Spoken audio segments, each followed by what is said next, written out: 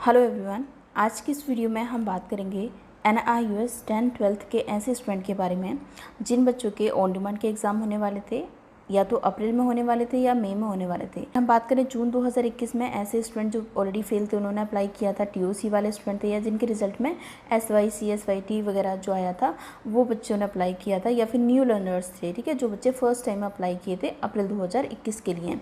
उन सभी बच्चों के बारे में आज हम यहाँ पर बात करेंगे कि किस तरीके से आपको जो है वो मार्क्स मिलने वाले हैं, ठीक है, यानी कि आपके जो रिज़ल्ट है उसमें किस तरीके से आपका पासिंग क्राइटेरिया क्या होगा। मैं यहाँ पर आपको जो समझाऊंगी वो एक रिज़ल्ट के थ्रू मैं यहाँ पर समझाने की कोशिश करूँगी। ये देखिए, मैं यहाँ पर आपको समझाऊंगी एक रिज़ल्ट के थ्रू कि किस तरीके से आपको मार्क्स मिलेंगे। बट उससे पहले मैं यहाँ पर आपको ये आपका जो नोटिस है ये 8 पेजेस का नोटिस है, बट हम इतना इसको डिटेल में नहीं पढ़ेंगे। इस पूरे पेजेस में से क्या क्या मेन है वो मैं आपको बिल्कुल एकदम क्लियरली समझा दूँगी, बट फिर भी कुछ चीज़ें देखना यहाँ पर ज़रूरी है, ठीक है। सबसे पहले हमें ये समझने की ज़रूरत है कि हमारा जो सब्जेक्ट होता है उसमें थ्योरी कितने मार्क्स की होती है, प्रैक्टिकल कितने मार्क्स का होता है और TMA कितने मार्क्स का होता है, ठीक है। तो जिस सब्जेक्ट में प्रैक्टिकल नहीं होता, लाइक हिंदी हो गया, इंग्लिश हो गया, जो लैंग्वेज वाले सब्जेक्ट होते हैं जिनमें प्रैक्टिकल नहीं होता, उनमें मैक्सिमम मार्क्स जो थ्योरी का होता है वो 80 होता है, प्रैक्टिकल इसमें नहीं होता, ठीक है। असाइनमेंट के जो टोटल मार्क्स होते हैं 20 होते हैं, चाहे कोई भी सब्जेक्ट हो। थ्योरी 80 मार्क्स की होती है, लेकिन उसमें से आपको 26 मार्क्स मिनिमम आपको पास करने होते हैं, ये मिनिमम मार्क्स हैं, ठीक है, ये इतने आपको लाने ही होंगे। TMA में आपकी मर्जी है, आपके कितने भी आ जाएँ, 0 आ जाए, 20 आ जाए, या फिर आप एब्सेंट थे ये भी आ जाए, तो भी इससे कोई इतना फ़र्क नहीं पड़ने वाला, ठीक है। बट टोटल आपको 33 मार्क्स लेकर आने हैं। अगर हम बात करें प्रैक्टिकल वाले, जिन जिन सब्जेक्ट में प्रैक्टिकल होते हैं, लाइक यहाँ पर कुछ सब्जेक्ट दिए हुए हैं, तो प्रैक्टिकल वाले सब्जेक्ट में क्या होता है कि जो आपकी थ्योरी होती है, ठीक है, थ्योरी होती है 64 मार्क्स की मैक्सिमम, और आपको मिनिमम थ्योरी में कितने मार्क्स लाने होते हैं, यानी कि पास कितना करना होता है, आपको 21 मार्क्स लाने होते हैं, तभी आप पास हो पाओगे। 20 मार्क्स का इसमें प्रैक्टिकल होता है, उसमें से आपको 7 मार्क्स लेकर आने होते हैं, तभी आप प्रैक्टिकल में पास हो पाओगे। 16 मार्क्स का यहाँ पर क्या होता है, असाइनमेंट होता है, और उसमें से आपको असाइनमेंट में आपकी मर्जी, आपके कितने भी मार्क्स आ जाएँ उससे इतना फ़र्क नहीं पड़ता, बट टोटल आपके मार्क्स कितने आने चाहिए, 33 आने चाहिए, उससे ज़्यादा कितने भी आ जाएँ। बट अब ये तो हो गए बाकी के सब्जेक्ट। अब कुछ ऐसे सब्जेक्ट मान लेते हैं, जस्ट एग्जांपल पेंटिंग सब्जेक्ट होता है, इसमें थ्योरी अलग होती है, प्रैक्टिकल ज़्यादा होता है, ठीक है। तो थ्योरी 24 मार्क्स की मैक्सिमम होती है, ठीक है, उसमें से आपको 8 मार्क्स थ्योरी में लाने होंगे पास करने के लिए। साथ साथ आपका प्रैक्टिकल होता है 70 मार्क्स का, और इसमें से आपको 23 मार्क्स लाने होते हैं मिनिमम। आपका जो असाइनमेंट होता है 6 मार्क्स का होता है, उसमें से आपकी मर्जी कितने भी आपके 2 3 4 5 जितने भी आपके मार्क्स आ जाएँ, ठीक है, इससे इतना फ़र्क नहीं पड़ता TMA से, यानी कि असाइनमेंट से, ठीक है, वो सिर्फ आपकी परसेंटेज को इंक्रीज़ करता है। डाटा एंट्री में भी सेम रहेगा, 32 यहाँ पर इसकी क्या होती है, मिनिमम मैक्सिमम थ्योरी होती है, और मिनिमम आपको 11 मार्क्स लेकर आने होते हैं। तो ये पूरा मैं यहाँ पर इसको बताते हुए वीडियो को बड़ा नहीं करूँगी, यहाँ से आप इसको देख सकते हैं। सिमिलर वे में आपको ये 10th क्लास के लिए भी बताया हुआ है, और सेम मेथड यहाँ पर भी फॉलो किया हुआ है। तो ये चीज़ आपको देखना ज़रूरी है, ताकि आपको ये आइडिया लग जाए कि मैक्सिमम कितने मार्क्स की थ्योरी होती है, मिनिमम उसमें कितने मार्क्स हमें पास करने होते हैं, क्योंकि यहीं सिर्फ हमारा फॉर्मूला बनेगा, ठीक है। प्रैक्टिकल में भी मैक्सिमम कितने मार्क्स की थ्योरी होती है और मिनिमम हमें कितने पासिंग मार्क्स लेकर आने होते हैं। अब इसके बेस में मैं आपको यहाँ पर समझाऊंगी, और उससे पहले NIUS ने यहाँ पर एक फॉर्मेट भी दिया हुआ है। इस फॉर्मेट का लिंक आपको डिस्क्रिप्शन बॉक्स में मिल जाएगा, आप डायरेक्टली साइट से जाकर इसको डाउनलोड कर सकते हैं, ठीक है। 12th क्लास की अगर बात करें तो 10th एंड 12th क्लास सभी में सेम फॉर्मूला अपनाया है, ठीक है। तो मैं अगर एक के बारे में बता रही हूँ तो आप दोनों के बारे में आराम से इसको कैलकुलेट कर पाएंगे। हम सबसे पहले बात कर लेते हैं स्ट्रीम 1 की। अब स्ट्रीम 1 का मतलब क्या होता है, स्ट्रीम 1 के ऐसे बच्चे, स्ट्रीम 1 होना चाहिए, ठीक है, यानी कि आपका रेफरेंस नंबर, जो आपका रेफरेंस नंबर है, या तो वो A से स्टार्ट हो या N से स्टार्ट हो, ठीक है। आप क्या माने जाओगे, आप स्ट्रीम 1 के स्टूडेंट माने जाओगे, ठीक है। तो अगर आपका रेफरेंस नंबर या तो A से स्टार्ट हो रहा है या N से स्टार्ट हो रहा है, तो आपको मार्क्स कैसे मिलेंगे। अगर आप क्या हो, आप मान लीजिए पहले ही से NIUS के स्टूडेंट हो, और आप 4 सब्जेक्ट में तो पास हो चुके हो, एक सब्जेक्ट आपका अभी भी रह रहा है, तो 5th सब्जेक्ट में आपको मार्क्स कैसे मिलेंगे। आपके ये जो 4 सब्जेक्ट हैं, इनमें से जिनमें ज़्यादा मार्क्स हैं, यानी कि जिनमें से 3 सब्जेक्ट में सबसे ज़्यादा मार्क्स देखे जाएंगे, उन 3 सब्जेक्ट का एवरेज निकाला जाएगा। तो चलिए हम यहाँ इसको एक एग्जाम्पल से समझ लेते हैं। चलिए देख लेते हैं किस तरीके से स्ट्रीम 1 के स्टूडेंट को मार्क्स मिलेंगे।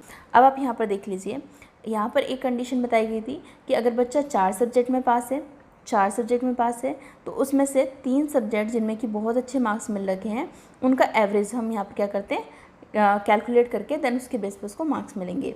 लेकिन अगर बच्चा कितने सब्जेक्ट में पास है, 3 सब्जेक्ट में, तो 3 में से जिन भी 2 सब्जेक्ट में बेस्ट यानी कि अच्छे मार्क्स मिले हुए हैं उनको ऐड करेंगे, यानी कि उनका एवरेज निकालेंगे। तो यहाँ पर अगर हम देखें तो हमें पहले पेंटिंग में कितने मार्क्स मिले हुए हैं, 80 मार्क्स मिले हुए हैं, प्लस हमें यहाँ पर देखिए दूसरे हमारे डाटा एंट्री में कितने हैं, 68 हैं। तो दोनों को ऐड करके हम 2 से डिवाइड कर देंगे।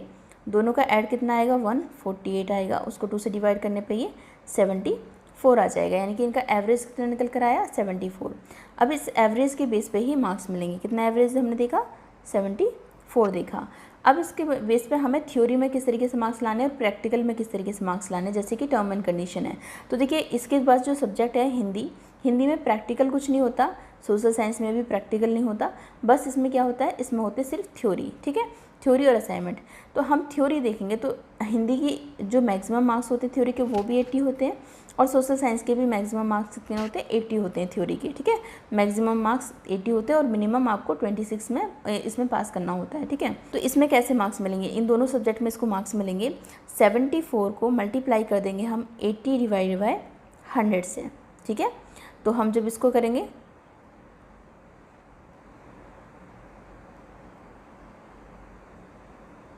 डिवाइड बाय 5, जब इससे इसको डिवाइड करेंगे तो ये आ जाएगा हमारे पास 59, यानी कि इसको थ्योरी में मार्क्स मिलने वाले हैं 59, यहाँ पर भी इसको थ्योरी में मार्क्स मिलने वाले हैं 59। अब 59 प्लस में ये आपके 20 मार्क्स भी इसके ऐड हो जाएंगे, 19 मार्क्स भी इसमें ऐड हो जाएंगे, यानी कि प्लस हो जाएंगे। फिर उसके बाद में इसको ये टोटल मार्क्स मिलेंगे, ठीक है। यानी कि 59 प्लस में कितने, 20 मार्क्स अगर हम यहाँ पर ऐड करें तो ये कितने हो जाएंगे, 79 मार्क्स। काफ़ी अच्छे मार्क्स मिल जाएंगे इस बच्चे को, ठीक है। तो इस तरीके से आप स्ट्रीम 1 के स्टूडेंट हैं, जब 4 में पास हो तो किसी भी जिन 3 सब्जेक्ट में अच्छे मार्क्स हैं उनका एवरेज निकाल के इस तरीके से कैलकुलेशन कर लेना। अगर आप 3 सब्जेक्ट में पास हो तो किसी भी 2 सब्जेक्ट के मार्क्स को कैलकुलेट कर लेना, उनका एवरेज निकाल लेना। अगर आप 2 में पास हो तो 2 का ही आपको एवरेज निकालना है, ठीक है। एंड जिस तरीके से आपने यहाँ पर थ्योरी में मार्क्स निकाले हैं, ठीक है, वैसे ही अगर मान लीजिए इस बच्चे का होता प्रैक्टिकल का कोई सब्जेक्ट होता, ठीक है, मान लेते हैं ये होम साइंस में पास ना होते हुए अगर फेल होता, तो ऐसे में इसके प्रैक्टिकल के मार्क्स कैसे कैलकुलेट किया जाते। तो सिंपल जो भी आपका एवरेज निकल कर आएगा उस एवरेज को मल्टीप्लाई कर देना है जितने नंबर ऑफ़ मार्क्स की या तो थ्योरी है या फिर जितने नंबर ऑफ़ मार्क्स का आपका क्या है, प्रैक्टिकल है। जस्ट एग्जांपल अगर हम बात करें पेंटिंग के प्रैक्टिकल की, तो पेंटिंग का जो प्रैक्टिकल होता है वो होता है 70 मार्क्स का, ठीक है। तो 70 डिवाइड बाय 100 कर देंगे तो ये आपके क्या निकल कर आ जाएंगे, इसके मार्क्स निकल कर आ जाएंगे, यानी कि आपके पेंटिंग के प्रैक्टिकल के मार्क्स निकल कर आ जाएंगे। इस तरीके से आपको कैलकुलेशन करनी है। तो आई होप ये चीज़ आपको बिल्कुल क्लियर हो गई होगी। अब हम ऐसे स्टूडेंट के बारे में बात करने जा रहे हैं जो बच्चे अभी न्यू लर्नर्स हैं, यानी कि जिन्होंने पहली बार एनआईयूएस में एडमिशन कराया है। तो उनके लिए क्या बोला एनआईयूएस ने, उनके लिए एनआईयूएस ने बोला है कि ऐसे बच्चे जो स्ट्रीम 1 के हैं, जो कि फर्स्ट टाइम यहाँ पर एडमिशन कराए हैं, तो उनको क्या करना होगा। अब मैं यहाँ पर आपको इसे एक रिजल्ट के थ्रू समझाती हूँ। तो चलिए स्ट्रीम 1 के ऐसे स्टूडेंट जो कि फर्स्ट टाइम एनआईयूएस में आए हैं उनको किस तरीके से मार्क्स मिलेंगे, इसको एक यहाँ पर मैं रिजल्ट के उस पर दिखाती हूँ आपको।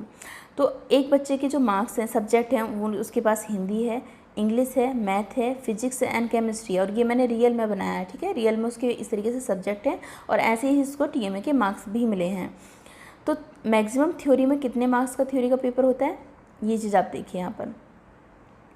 हिंदी का जो पेपर होता है उसमें मैक्सिमम थ्योरी 80 मार्क्स की होती है, इंग्लिश में भी 80 मार्क्स की होती है, मैथ में भी 80 मार्क्स की मैक्सिमम थ्योरी होती है, और फिजिक्स में 64 मार्क्स की थ्योरी होती है, केमिस्ट्री में भी मैक्सिमम 64 मार्क्स की थ्योरी होती है। अब अगर हम बात करें कि कितने मार्क्स आपको 80 में से कितने मार्क्स लाने होते हैं, मिनिमम 26, ठीक है। ऐसे ही सेम इंग्लिश में भी 80 में से आपको 26 लाने होंगे, मैथ में भी 80 में से 26 लाने होंगे, और फिजिक्स में 64 मार्क्स में से 21 मार्क्स लाने होंगे। सिमिलर वे में भी केमिस्ट्री में भी ऐसे ही हमें करना होगा। अब अगर हम बात करें प्रैक्टिकल की, तो आपके सिर्फ खाली फिजिक्स और केमिस्ट्री में प्रैक्टिकल होगा, ठीक है, बाकी अदर में नहीं होगा। तो फिजिक्स की अगर बात करें तो फिजिक्स में प्रैक्टिकल होता है 20 मार्क्स का, केमिस्ट्री में भी 20 मार्क्स का होता है, और मिनिमम कितने मार्क्स आपको लाने की ज़रूरत है, 20 में से 7 मार्क्स, यहाँ पर भी 20 में से 7 मार्क्स। ओके, यहाँ तक हमें क्लियर हो गया। अब अगर हम हिंदी की बात करें तो हिंदी का टीएमए 20 मार्क्स का होता है, इंग्लिश का भी 20 मार्क्स का होता है, मैथ का भी टीएमए 20 मार्क्स का होता है, बट फिजिक्स और केमिस्ट्री का 16 मार्क्स का टीएमए होता है, जिसमें से इस बच्चे को कितने मार्क्स मिले वो देख लेते हैं। 20 में से इसको मिले 18 मार्क्स, 20 में से 18 मार्क्स, 20 में से 18 मार्क्स और 16 में से 14, 16 में से 14। इस तरीके से ये इसको रियल में मार्क्स मिले हुए हैं। ये हमारा ही स्टूडेंट है जिसने हमारे यहाँ से एडमिशन कराया था, ठीक है। अब यहाँ पर अगर हम बात करें तो उसको कैसे कैलकुलेट करना है, तो कैलकुलेट क्या करेंगे, जो मैक्सिमम मार्क्स है थ्योरी के और मिनिमम मार्क्स इन दोनों को ऐड कर देंगे, जहाँ मैंने आपको देख सकते हैं यहाँ पर प्लस किया हुआ है दोनों को। उसके बाद में ये कितने नंबर है 1 और 2, तो 2 से इसको क्या कर देंगे, डिवाइड कर देंगे। 2 से डिवाइड करने के बाद में अब इसको क्या करना है, इसको कैलकुलेट करने के बाद में इसको मल्टीप्लाई कर देना है किसके रेशियो से, इस TMA के रेशियो से। मतलब 20 में से कितने मिले, 18 मिले हैं, उसको यहाँ पर जो भी आपका ये एवरेज कैलकुलेट कर आएगा उससे मल्टीप्लाई कर देना है। तो जब आपका एवरेज इसको 80 प्लस में 26 को ऐड करके 2 से डिवाइड करोगे तो जो आएगा वो एवरेज होगा। उस एवरेज को मल्टीप्लाई कर देना है पहले 18 से और फिर डिवाइड कर देना है 20 से। तो इस तरीके से जब कैलकुलेट करोगे तो आपका आएगा 47.7 थ्योरी में मार्क्स मिलेंगे। क्योंकि हिंदी में प्रैक्टिकल नहीं होता तो इसको डैश छोड़ देंगे। उसके बाद में हमारे TMA में इसको कितने मार्क्स मिले हुए हैं, 18, तो हम यहाँ पर 18 रख लेंगे। अब इन दोनों को जब ऐड करेंगे तो इसको 66 मार्क्स किस में मिलेंगे, हिंदी में मिलेंगे। सिमिलर वे में आप यहाँ पर देख सकते हैं, मैंने यहाँ पर ये फॉलो किया हुआ है, आपके इंग्लिश में भी और मैथ में भी सेम तरीके से। अब अगर हम फिजिक्स की बात करें तो फिजिक्स में हमारे कितने मार्क्स होते हैं, मैक्सिमम होते हैं थ्योरी में 64 मार्क्स, ठीक है, और मिनिमम होते हैं 21 मार्क्स। तो दोनों को ऐड करेंगे एंड यहाँ पर मैं 2 लगाना भूल गए, तो यहाँ पर आपको इसे 2 से डिवाइड करना है हर जगह, ठीक है। 2 से क्या करना है, डिवाइड करना है, तभी इसका क्या निकलेगा, एवरेज निकलेगा, जैसे कि मैंने फर्स्ट वाले में बताया, ठीक है।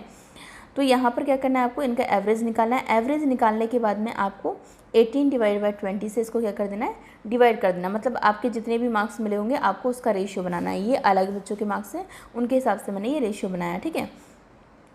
तो उस बच्चे को यहाँ पर आप देख सकते हैं फिजिक्स में कितने मार्क्स मिले, 37 मार्क्स मिले हैं। और उसके प्रैक्टिकल के कैसे मार्क्स कैलकुलेट होंगे, प्रैक्टिकल के भी सेम आपको फॉर्मूला अपनाना है। प्रैक्टिकल में मैक्सिमम कितने मार्क्स चाहिए, 20 मार्क्स, प्लस में मिनिमम कितने मार्क्स होने चाहिए, 7 मार्क्स। दोनों को ऐड करो, कितना आ जाएगा 27। इसका एवरेज निकालो 2 से डिवाइड करके, ठीक है। 2 से डिवाइड करने के बाद में जब हमने इसका एवरेज निकाला तो जो भी इसका एवरेज आएगा, ठीक है, जो भी इसका एवरेज आएगा, ठीक है, 13.5, ठीक है। जो 13.5 इसका एवरेज निकल कर आया उसको क्या करना है, अब उसको इसी TMA के रेशियो से डिवाइड करना है। याद रहे 14 डिवाइड बाई 16 लेना है, ठीक है। जो भी सब्जेक्ट का TMA का रेशियो है उसी से इसको क्या करना है, मल्टीप्लाई एंड डिवाइड करना है। और जब हम इसको मल्टीप्लाई करेंगे 14 से 13.5 को और डिवाइड करेंगे 16 से तो आपके पास इसके मार्क्स आ जाएंगे 12 मार्क्स, यानी कि केमिस्ट्री के, फिजिक्स के और केमिस्ट्री के आपके प्रैक्टिकल के 12 मार्क्स आ जाएंगे। TMA में मार्क्स यहाँ पर दिए हुए हैं 14। अब इसको टोटल कैलकुलेट करेंगे तीनों को तो 63 मार्क्स इस बच्चे को इसमें मिलेंगे। तो यहाँ पर बहुत क्लियरली आपको समझ में आ गया होगा कि किस तरीके से आपको मार्क्स मिलने वाले हैं। सिमिलर वे में यहाँ पर 10th क्लास के लिए भी सेम ही चीज़ फॉलो की हुई है। 10th क्लास में यहाँ पर एक स्टूडेंट के मार्क्स कैलकुलेट किए हैं। यहाँ पर आपको याद रहे 2 से डिवाइड ज़रूर करना है, ये 2 से डिवाइड हर उसमें करना है, क्योंकि यहाँ पर आपको इसका मीन निकालना है, ठीक है। यहाँ पर इसका एवरेज निकालना है, फिर उसके बाद में इसके TMA के रेशियो में आपको डिवाइड करना है, ठीक है। जो TMA का 18/20, 17/20 एंड 15/15, ये ऑब्टेन इतने मार्क्स उसको मिले हैं और यहाँ पर ये इतने टोटल मार्क्स का होता है, ठीक है। तो 10th में भी मैंने यहाँ पर ये कैलकुलेट करके बताया है कैसे कैलकुलेट करना है। आप इसको यहाँ पर देख सकते हैं बहुत ईजिली, जैसे मैंने अभी पहले वाला बताया सेम करना है। ये 10th क्लास का और 12th क्लास का, ठीक है। अब हम बात कर लेते हैं स्ट्रीम 2। स्ट्रीम 2 में असाइनमेंट नहीं होता बच्चों के पास, जिनका रेफरेंस नंबर 20 से स्टार्ट होता है, ठीक है। या फिर स्ट्रीम 4 की बात कर लेते हैं, जो कि ऑन डिमांड वाले बच्चे होते हैं, ठीक है।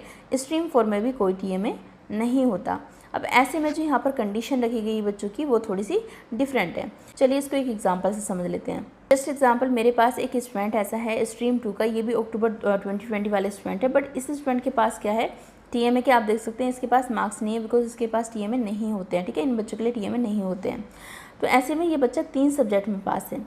अब जैसे कि कंडीशन बता रखी है कि अगर 3 सब्जेक्ट में पास है तो इन 3 में से देखो कि 2 सब्जेक्ट में मार्क्स ज़्यादा कौन से में है, एक इसमें है एक इसमें है, तो इन दोनों सब्जेक्ट को ऐड कर लो, यानी कि इनका एवरेज निकाल लो। 84 और प्लस में 72 को ऐड करके 2 से क्या कर दो, पहले तो डिवाइड कर दो। डिवाइड करने के बाद में आया 78, ठीक है। 78 क्या आया हमारा एवरेज, ठीक है। एवरेज निकल कर आया हमारा 78। अब इस एवरेज के थ्रू आपको इसमें केमिस्ट्री के अंदर थ्योरी में कितने मार्क्स मिलेंगे और प्रैक्टिकल में कितने मार्क्स मिलेंगे वो चीज़ कैलकुलेट करते हैं, ठीक है।